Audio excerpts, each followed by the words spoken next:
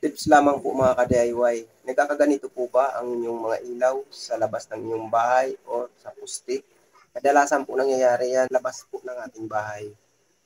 Dahil sa hindi po na iwasan na kapag umuulan po ay nababasa po ang ating mga ilaw. Kung nagiging sanhi po dyan mga ka-DIY, yan po ay napapasok ng tubig sa loob. Yung live connector niya papuntang bulb, nagkakaroon po ng corrosion.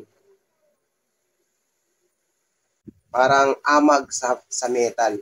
Ang gagawin lang po natin yan mga ka-DIY, lilinisan po natin, tatanggalin natin yung amag o corrosion.